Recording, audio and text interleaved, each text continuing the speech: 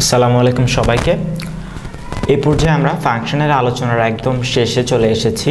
তো শেষ টপিক হিসেবে আমরা যেটা নিয়ে আলোচনা করব সেটা হলো ফাংশনের লেখচিত্র। যদিও ফাংশনের লেখচিত্র ফাংশন আসলে অনেক রকম হতে পারে এবং তার লেখচিত্র অনেক রকম হতে পারে, কিন্তু আমরা যদি প্রত্যেকটা নিয়ে আলোচনা করতে যাই এটা আসলে অনেক বেশি সময়ের ব্যাপার হয়ে দাঁড়াবে। এছাড়াও আরও একটা জিনিস এখানে বলে রাখা ভালো, লেখচিত্রগুলো অর্থাৎ গ্রাফগুলো আমরা বিভিন্ন জায়গায় পড়েছি এবং বিভিন্ন জায়গায় সামনেও পড়ব। যেমন আমরা যখন সরল রেখা পড়েছি তখন সরল রেখার গ্রাফ নিয়ে আমাদের জানার কথা, তারপর বৃত্ত পড়েছি, এরপর দ্বিতীয় পত্রে আমরা কনিক পড়ব। তো এইভাবে আসলে আমরা বিভিন্ন জায়গায় এবং ত্রিকোণমিতি বোঝার সময় ত্রিকোণমিতির ফাংশনগুলো বোঝা জরুরি। তো এভাবে বিভিন্ন জায়গায় আমরা আসলে ফাংশনের বিভিন্ন রকম চেহারাগুলো আমরা দেখব, কিন্তু এখানে আমরা কিছু জেনারেল বিষয় নিয়ে আলোচনা করব যেগুলো আসলে লেখচিত্র বোঝার জন্য আমাদের খুব দরকার। যেমন ধরো আমরা একটা সাধারণ লেখচিত্র নিয়ে স্টার্ট করি। আমাদের সবার পরিচিত লেখচিত্র সেটা হলো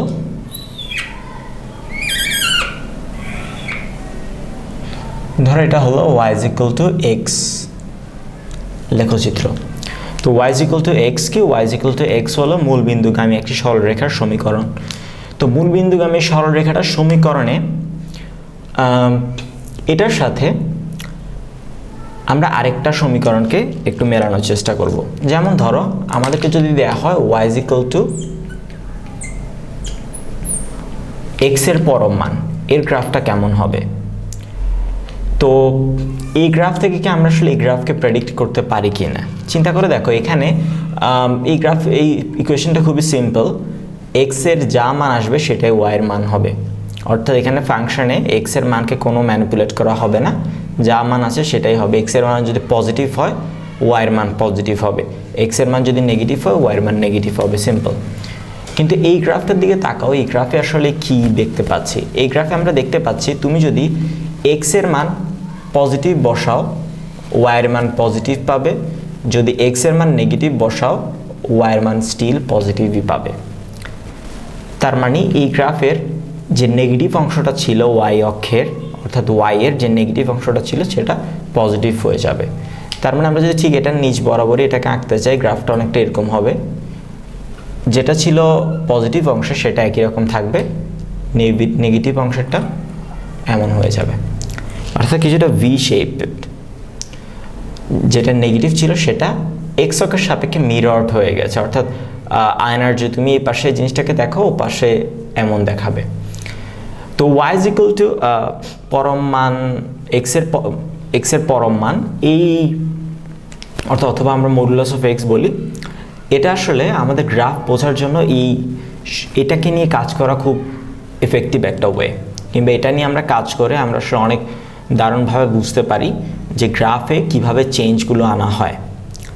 যেমন ধরো এই গ্রাফটার জায়গায় যদি আমাদেরকে দেয়া হতো y - মডুলাস অফ x, অর্থাৎ আগের সাথে এটার তফাৎটা কোথায়?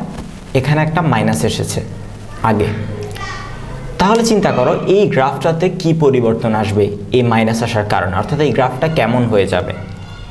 চিন্তা করো, এতক্ষণ যা কিছু পজিটিভ আসছিল সব কিছু এখন কি হয়ে যাবে? নেগেটিভ হয়ে যাবে। অর্থাৎ এই গ্রাফে কোনো নেগেটিভ অংশ ছিল না, এই গ্রাফে কোনো পজিটিভ অংশ থাকবে না, অর্থাৎ এই গ্রাফটা চেহারা হয়ে যাবে এমন। চিন্তা করো দুটো গ্রাফই কিন্তু সেম। এই গ্রাফটা হলো y = x modulus of x এর, আর এই গ্রাফটা হলো y = মডুলাস অফ x এর গ্রাফ। অর্থাৎ আমরা দেখতে পাচ্ছি কোনো একটা ফাংশন যদি নেগেটিভ হয়ে যায়, অর্থাৎ এটার ফাংশনটা শুরুতে যদি নেগেটিভ আসে আর কোনো কিছু পরিবর্তন হয়নি, তাহলে ফাংশনটা x অক্ষের সাপেক্ষে, অর্থাৎ x অক্ষের সাপেক্ষে উল্টে যায়, মিরর হয়ে যায়। তাহলে এটা যদি আমরা বুঝি, আমরা এই ফাংশনটা নিয়ে y = মডুলাস অফ x, এটা নিয়ে আরও অনেক কথা বলবো। তাহলে এটার সাথে চিন্তা করো, তো আমরা আরও কিছু তাহলে কাজ করার চেষ্টা করি। চিন্তা করো এটা যদি -x হতো, অর্থাৎ y = যদি -x হতো তাহলে আসলে কি হতো? এটা প্রশ্ন জাগতে পারে। তো y = -x হওয়া, আবার বলছি x অক্ষের সাপেক্ষে তুমি জিনিসটাকে উল্টে দিবে, অর্থাৎ এটা যদি x অক্ষ হয় আমার মাথাটা তোমরা দেখতে পাচ্ছ এক্স অক্ষের উপরে আছে, পাটা নিচে আছে, তাহলে এটা জাস্ট উল্টে যাবে। এটাকে বলছি মাইনাস অপারেশন কিংবা রিভার্স করা। তাহলে এটাকে যদি উল্টে যাই, এটার গ্রাফটা আসলে এমন হয়ে যাবে। অর্থাৎ এটা হলো y - x এর গ্রাফ, এটা ছিল y x এর গ্রাফ। আরেকটা গ্রাফের কথা আমরা চিন্তা করতে পারি, যেমন ধরো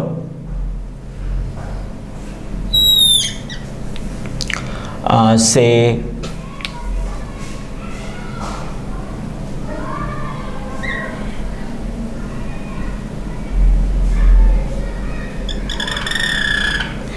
এটা হলো y x স্কয়ারের গ্রাফ। y x স্কয়ার হলো একটা পরাবৃত্ত। পরাবৃত্ত কি সেটা আমরা কনিকে আলোচনা করব, কিন্তু আপাতত বোঝার কথা এই জায়গায় চিন্তা করো, বা এটার ইকুয়েশন এমন হতে পারে, ধরো y twice x স্কয়ার ছিল। তো এখানে যদি আমরা এটা মানে এক্স্যাক্টলি আমরা আঁকিনি গ্রাফটা, আমাদের এটা আসলে হাতের ইয়াতে আঁকা সম্ভব না এক্স্যাক্টলি, কিন্তু আমরা এটা মোটামুটি এরকমই হবে গ্রাফটা। তুমি যদি কোনো গ্রাফ সিমুলেটর কিংবা তুমি যদি গ্রাফ আঁকার কোনো সফটওয়্যার কিংবা অ্যাপ ইউজ করো এবং সেখানে যদি ফাংশনটা ইনপুট দাও, তাহলে দেখবে গ্রাফটা অনেকটা এরকম এসেছে। এখানে যদি চিন্তা করো মাইনাস চলে আসে, তাহলে কি হবে? জাস্ট গ্রাফটা উল্টে যাবে, অর্থাৎ গ্রাফটা তখন হয়ে যাবে এমন। সব কিছু সেম আছে, জাস্ট উল্টে গেছে। তো এভাবে আসলে আশা করি তোমরা মাইনাস অপারেশনটা করতে পারবে। তাহলে এরপরে আমরা এই মডুলাস এই ফাংশনটা নিয়ে আমরা একটু কথা বলবো। চিন্তা করো, আমরা ধরো আবারও এটাকে আঁকছি, সেই y মডুলাস অফ এক্স।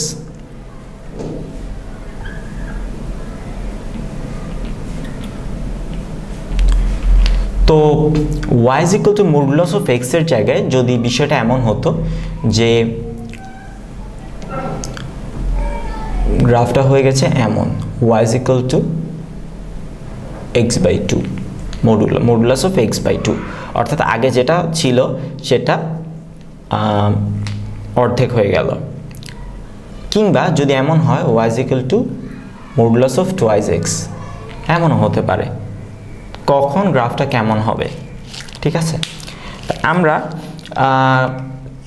একটা জিনিস একটু তোমরা মাথায় রাখো, যদি কোনো কিছুর উপগুণিতক আকারে যুক্ত হয়, এক্স এর উপগুণিতক মানে নিচে যদি কিছু কোনো কিছু দ্বারা যদি ভাগ হয়, অর্থাৎ উপগুণিতক বলতে আমরা বোঝাচ্ছি যদি এক্স হাফ, 1/3, 1/5 এমন রাশিগুলো দ্বারা গুণ হয়, তাহলে যেমনই গ্রাফ থাকুক না কেন, গ্রাফটা একটু ছড়িয়ে যাবে।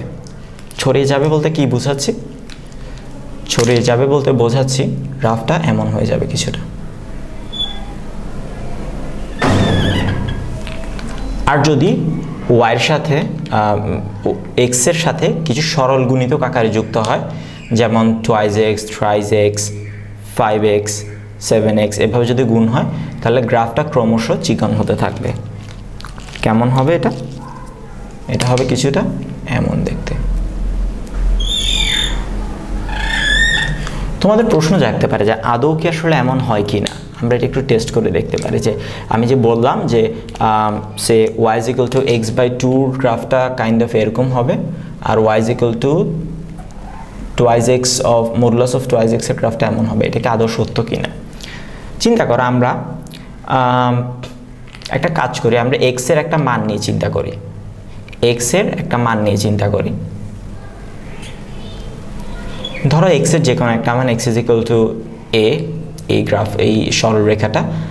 তাহলে x সরলরেখা a, এই সরলরেখাটা, অর্থাৎ x এর একটা মান যে কোনো একটা মান বসাবে, সেই মানটা অর্ধেক হয়ে যাচ্ছে, আর সেই মানটা এখানে দ্বিগুণ হচ্ছে, আর সেই মানটা এখানে যা আছে তাই থাকছে।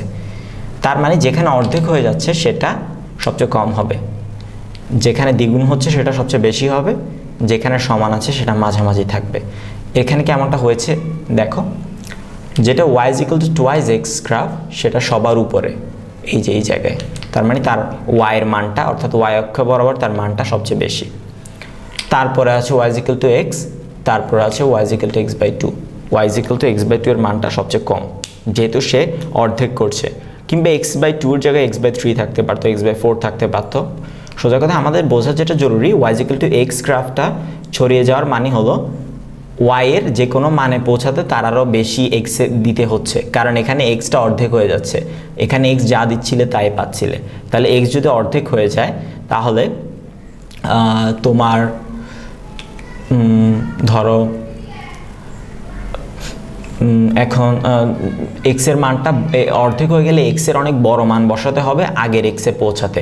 যেমন ধরো আমরা এখানে y এর মান 10 পাওয়ার জন্য আমরা x = 10 বসালেই হতো, কিন্তু এখানে যদি y এর মান 10 পেতে যায় তাহলে x = 10 বসালে কিন্তু হবে না, এখানে x = 20 বসাতে হবে। অর্থাৎ আমরা যদি y এর মান 10 পেতে চাই আমাদেরকে আরো ডানে যেতে হবে, আগের চেয়ে আরো বেশি ডানে যেতে হবে। আবার এখানে যদি y এর মান 10 যেতে চাও, x এর মান 5 বসালে হচ্ছে, অর্থাৎ তুমি আরো এদিকে পেয়ে যাচ্ছ। অর্থাৎ চিন্তা করো যে কোনো একটা মান তুমি এভাবে চিন্তা করতে পারো, y এর একটা কনস্ট্যান্ট মান, ধরো y এর মান সেটা হলো 10। এই 10 মানটা আমি সবার আগে পাচ্ছি y = 2x গ্রাফে, তারপরে পাচ্ছি y = x গ্রাফে, তারপরে পাচ্ছি আমি y = x/2 গ্রাফে। তার মানে y = x/2 গ্রাফটা এই কারণেই প্রসারিত হয়ে গেছে। তো এইটা বুঝে থাকলে তোমরা গ্রাফের সরল গুণিতক কিংবা উপগুণিতক কিভাবে কাজ করে সেটাও তোমরা বুঝতে পারবে আশা করি। এরপরে আমরা গ্রাফের শিফটিং দেখব। শিফটিং জিনিসটা কি আসলে? শিফটিং জিনিসটা হলো গ্রাফ ডানে কিংবা বাঁয়ে সরা, উপরে কিংবা নিচে সরা, অর্থাৎ x অক্ষ বরাবর সরবে গ্রাফটা কিংবা y অক্ষ বরাবর সরবে। সেই ক্ষেত্রে গ্রাফগুলো কিভাবে আচরণ করবে, যেমন ধরো আমরা আবারও সেই y = x এর গ্রাফটা আঁকলাম। এই গ্রাফটা এমন, এটা এই জায়গায় চিন্তা করো তোমাকে যদি বলা হতো y = x-3 এর গ্রাফ আঁকার জন্য, তাহলে এটা আসলে কেমন হতো? তো মনে রাখবে মাইনাস কথাটার মানে হলো আমরা বলি এটা কোন একটা ফাংশনকে ডিলে করে দেওয়া, আর প্লাস কথাটার মানে হলো কোন একটা ফাংশনকে অ্যাডভান্স করে দেওয়া। অর্থাৎ তোমাকে যদি লেখা থাকতো y = x+3, এটার মানে হলো তুমি 3 ঘর x অক্ষ বরাবর 3 ঘর অ্যাডভান্স করে দিয়েছো, আর x = -3 মানে হলো ডিলে। তো ডিলে বলতে আমরা বুঝি x অক্ষের ডান দিক বরাবর সরে যাওয়া, আর অ্যাডভান্স বলতে আমরা বুঝি বাম দিক বরাবর সরে যাওয়া। অর্থাৎ তুমি যদি কোথাও দেখো মাইনাস এসেছে তাহলে সেই গ্রাফটা ডান দিক বরাবর সরে যাবে প্লাস x অ্যাক্সিস বরাবর, আর যদি দেখো মাইনাস এসেছে, দুঃখিত, যদি দেখো অ্যাডভান্স এসেছে তাহলে সেটা -x অ্যাক্সিস বরাবর সরে যাবে। তাহলে এই গ্রাফটা y = x, এটা x-3 গ্রাফটা কেমন হবে? এই গ্রাফটাকে মনে মনে আমরা ডানে সরিয়ে দিলাম।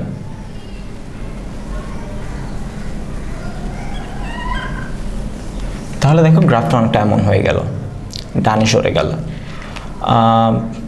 এরপরে চিন্তা করো আমরা গ্রাফটাকে বাঁয়ে সরিয়ে দিব x+3 দিয়ে।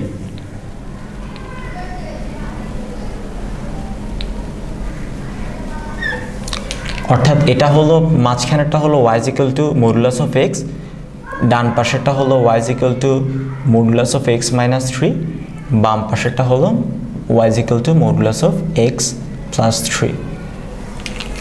ঠিক আছে, তাহলে আশা করি জিনিসটা বুঝতে পেরেছো। তো এই জিনিসগুলো আমরা আরও দেখব, আমরা ত্রিকোণমিতিক ফাংশন দিয়ে দেখব। আমরা আপাতত এটার বেসিকটা আমরা দ্বারা করার চেষ্টা করছি। আচ্ছা, তাহলে চিন্তা করো এটা হলো x চলককে আমরা ডানে কিংবা বাঁয়ে সরিয়েছি। এখন যদি হতো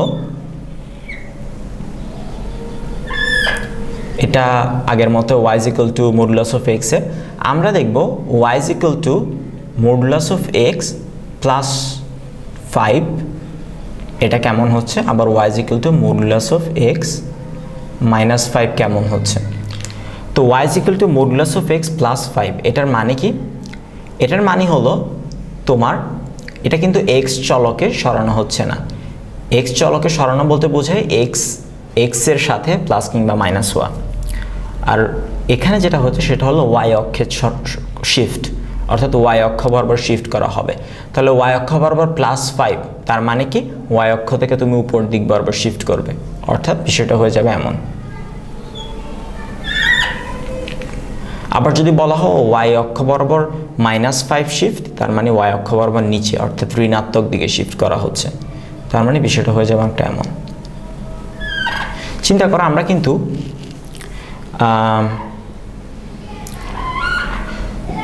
এখানে গ্রাফগুলোর কোনো শেপে চেঞ্জ করিনি, গ্রাফগুলোর শুধুমাত্র সামনে পেছনে কিংবা উপরে নিচে এটা ওঠানামা করেছে। গ্রাফগুলোর শেপে চেঞ্জ আসবে তখনই যখন আমরা দেখব এটাতে কোনো সরল গুণিতক কিংবা উপগুণিতক যুক্ত হচ্ছে তখন। তো আপাতত তোমরা শিফটিং এবং গ্রাফকে, এটাকে আমরা বলি স্কেলিং, অর্থাৎ গুণ করা কিংবা ভাগ করা, এগুলোকে বলি আমরা স্কেলিং। তো এগুলো আশা করি তোমাদের, কিংবা গ্রাফকে রিভার্স করা, মিরর করা, এগুলো বুঝে গেছো। তো এগুলো বুঝে গেলে আমরা এরপরে আলোচনা করব ত্রিকোণমিতিক ফাংশন নিয়ে।